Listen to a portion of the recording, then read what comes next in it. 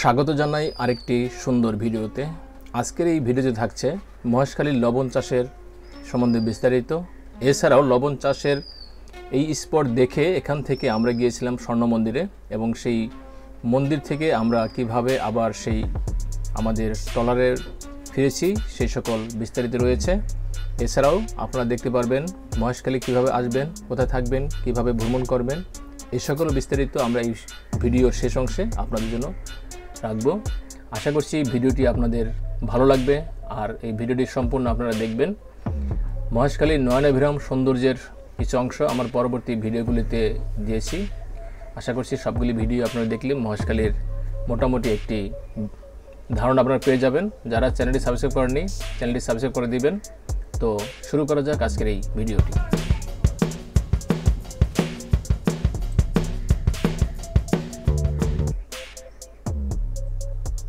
প্রিয় বন্ধুরা, আপনাদের দেখাচ্ছি লবণ চাষের একটি জমি।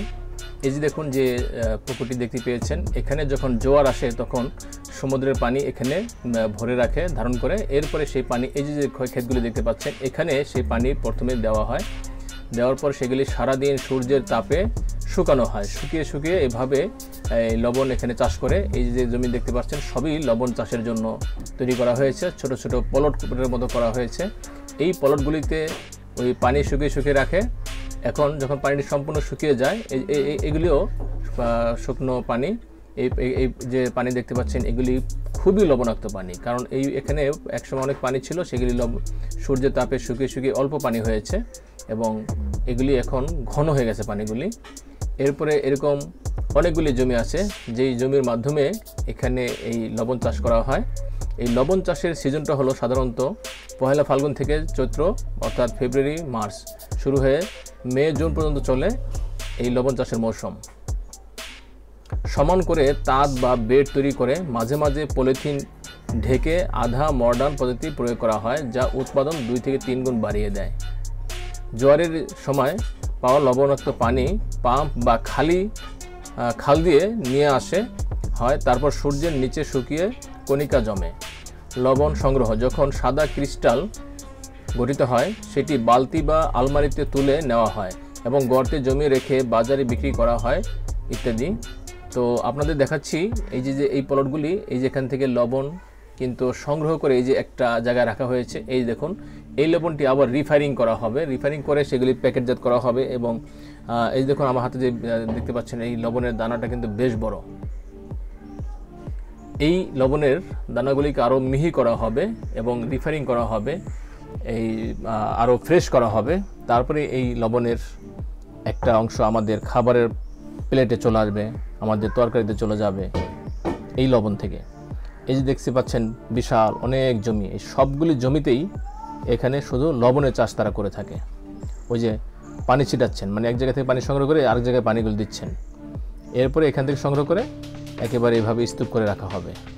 এরপরে সেগুলি কোনো বড় পাইকারির কাছে বিক্রি করা হবে, তারা সেগুলি মেশিনের মাধ্যমে প্যাকেট করে নিয়ে আসবে বাজারে এবং আমরা বাজার থেকে সেই লবণগুলি কিনে খেয়ে থাকি।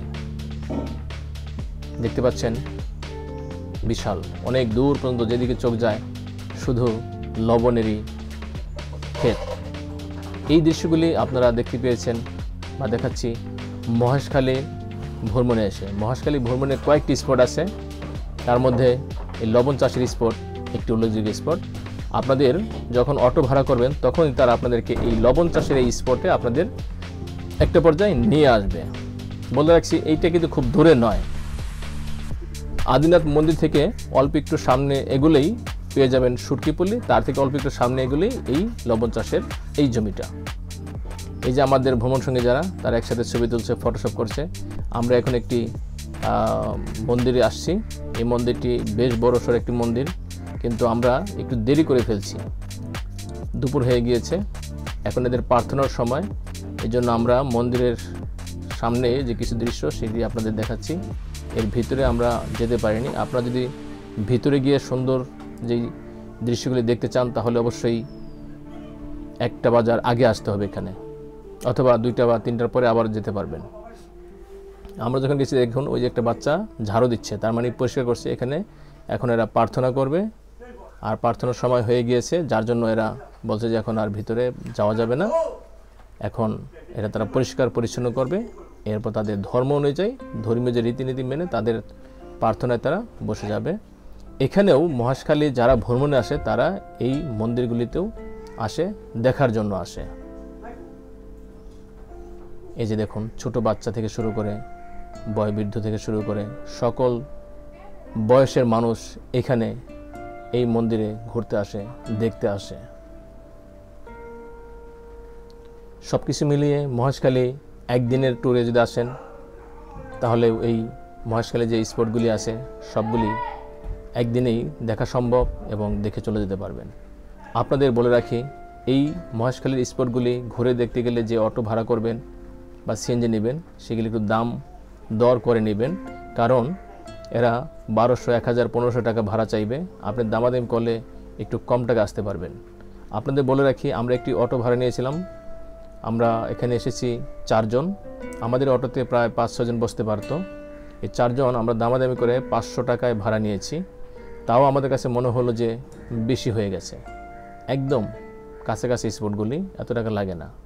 এবং এই মন্দিরের থেকে একটু বাইরে হলেই কিছু দোকান আছে, চাইলে কেনাকাটা করতে পারবেন। যে দোকানগুলো আমাদের আশেপাশে যে দোকান ঠিক ওই রকমই আমার কাছে মনে হলো।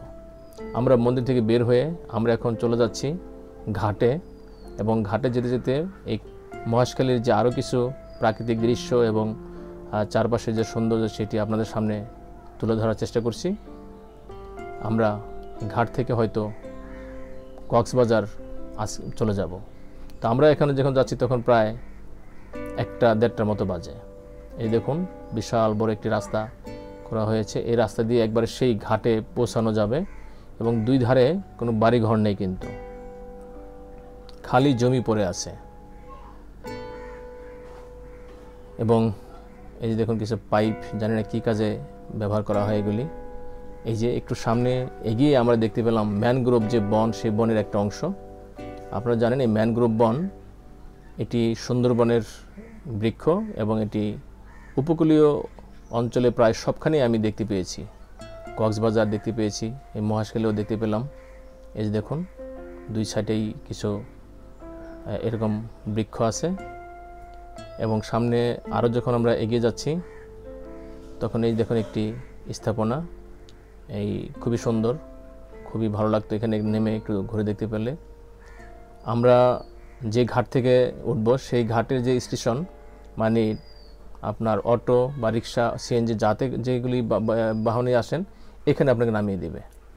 আমি বলি আপনাকে, প্রথমত আপনাকে নিয়ে যাবে আদিনাথ মন্দির, সেখানে একটু সময় দিবেন। তারপরে নিয়ে যাবে সুটকি পল্লী, তারপরে আপনার লবণ চাষের স্থান, তারপরে আপনাকে মন্দির, ওই মন্দিরটি নিয়ে যাবে। সেখান থেকে আপনি এখানে নামিয়ে দিবে। এইটুকু সময় 2 ঘন্টা ঘুরলেও এনাফ হয়ে যায়।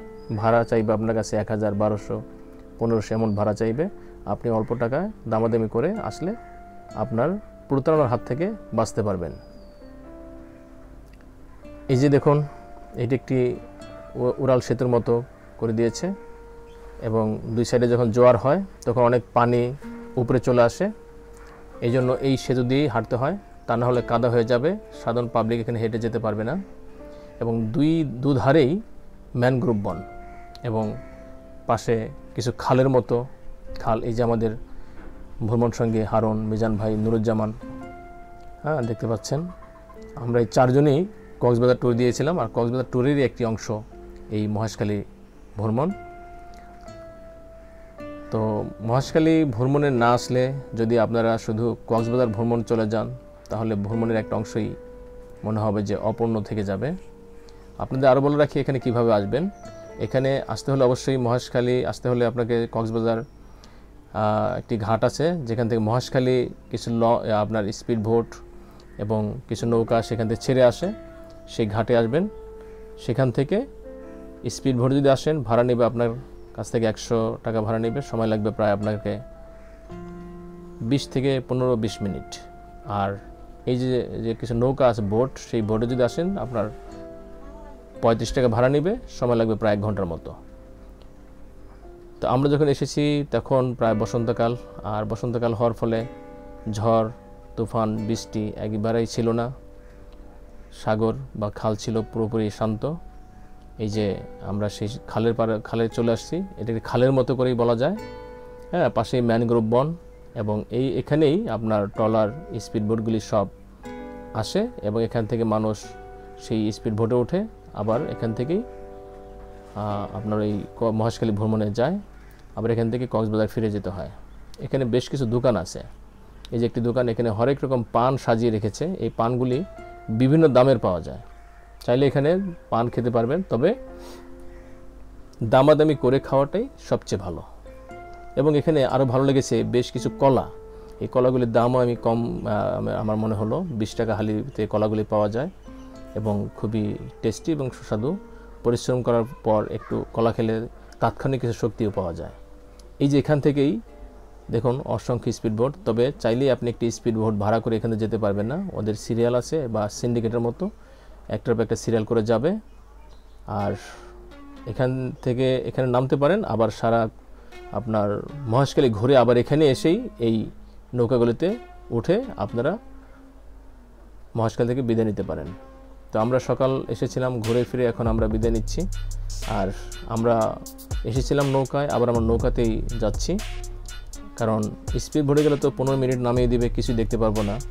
আর নৌকায় গেলে আশেপাশের চারপাশের প্রাকৃতিক যে দৃশ্যগুলি যা দেখতে এত দূর থেকে এসেছি সেটা সুন্দরভাবে দেখতে পারবো। যারা কক্সবাজার আসবেন অবশ্যই মহেশখালী ভ্রমণে রাখবেন। আর মহেশখালী ভ্রমণে যদি রাখেন তাহলে কক্সবাজার ভ্রমণ, মহেশখালী একদিন লাগবে আপনার ঘুরে যেতে, আপনার ভ্রমণটি পরিপূর্ণ হবে। যারা এই ভিডিওটি এতক্ষণ দেখেছেন সবাইকে ধন্যবাদ জানাচ্ছি। পরবর্তী ভিডিও দেখার আমন্ত্রণ জানিয়ে আজকের মতো শেষ করব। আর আমাদের পরবর্তী ভিডিওতে থাকবে আমরা কিভাবে ট্রেনে করে কক্সবাজার থেকে ঢাকা এসেছি সেই দৃশ্য। তো সেই ভিডিও দেখার আমন্ত্রণ জানাচ্ছি। ধন্যবাদ সবাইকে এতক্ষণ পর্যন্ত এই ভিডিওটি দেখার জন্য।